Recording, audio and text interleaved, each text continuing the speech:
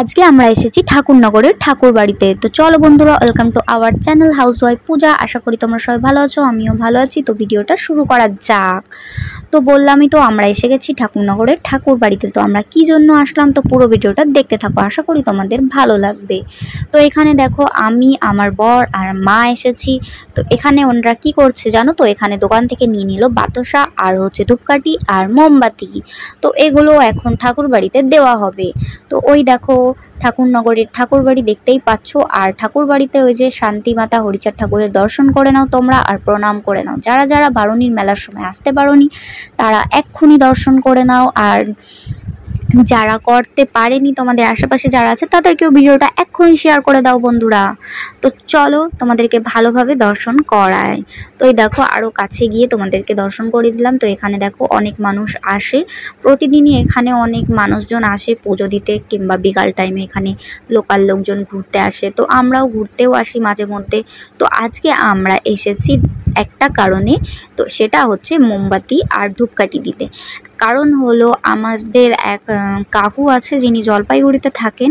উনি মানসিক করেছিলেন যে ওনাদের বাড়িতে হচ্ছে, ওনারা মেলার সময় যখন এসেছিলেন তখন আমার শ্বশুর শাশুড়ি ওনাদের বাড়িতে বেড়াতে গেছিলো। তো ওনারা বলেছিল যে মা বাবা, মানে আমার শ্বশুর শাশুড়ি যখন বাড়িতে পৌঁছে যাবে ঠিকঠাক মতন, তো তখন যেন উনি ঠাকুর বাড়িতে এসে মোমবাতি জ্বালিয়ে দেয়। তো সেই কারণেই আমরা আজকে এসেছি। তো মা দেখো এখানে মোমবাতি জ্বালিয়ে দিচ্ছে, আর তার সাথে বাতাসা আমার বর দেখো গিয়ে ওইখানে দিয়ে আসলো।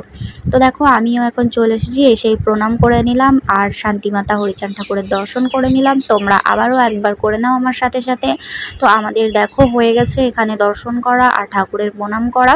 তো তারপরে আমরা চলে আসলাম নিচে। তো সামনেই দেখো, মন্দিরের সামনে এখানে বাদাম বিক্রি হচ্ছিল, তারপরে আইসক্রিমের দোকান ছিল টুকটাক, তারপরে ঘুগনির দোকান ছিল, টুকটাক দোকান ছিল আর কি। তো আমাদের তিনজনেরই, মানে আমি বাদে, মানে আমাদের বাড়িতে আর তিনজনেরই বাদাম প্রিয়, সেটা হচ্ছে আমার শাশুড়ি, শ্বশুর আর আমার বর। তো এনারা যেখানেই যাবে, বাদাম যদি দেখে তো বাদাম এনাদের কিনে খেতেই হবে। তো দেখো কেনাও সারা আর খাওয়াও সারা। তো কিনে এখনই খেয়ে নিচ্ছে। আমার অতটা কিন্তু বাপু বাদাম ভালো লাগে না। তো আমি এখানে খুঁজছিলাম আমি কি খাবো। তো এই দেখো মেলার মাঠের দোকানপাটগুলো উঠেই গেছে।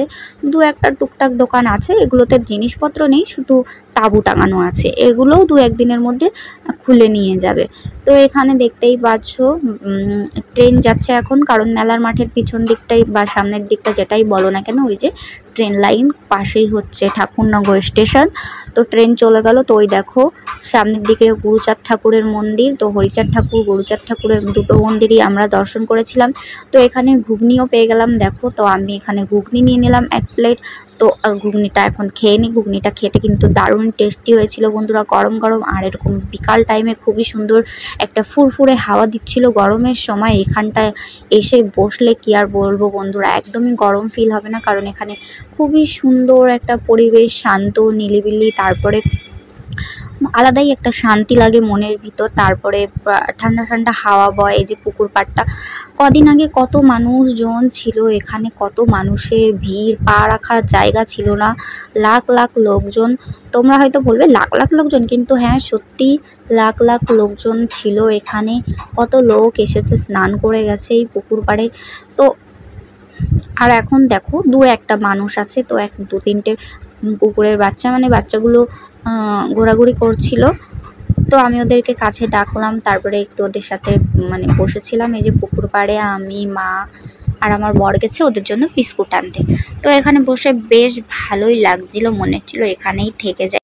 মাঝে মধ্যে যখন মন খারাপ লাগে তখন এখানে আসি আমরা ঘুরতে। আরও বিকাল টাইমে প্রচুর লোকজন এখানে আসে, লোকাল লোক যারা এখানে থাকে তারা এখানে আসে, টাইম কাটায়। খুবই সুন্দর পরিবেশ। তোমরা যারা আশেপাশে থাকো অবশ্যই এসো, তোমাদের ভালো লাগবে। আর মেলার সময় তো তোমরা বন্ধুরা যারা আসতে পারোনি তারা কিন্তু সামনের বছর আসার জন্য অবশ্যই ট্রাই করো, তাহলে দেখবে তোমাদের খুবই ভালো লাগবে। এখানে এসে খুবই ভালো একটা কি বলবো অভিজ্ঞতা হবে। তো পুকুরের জল দেখো এখন খুবই শান্ত।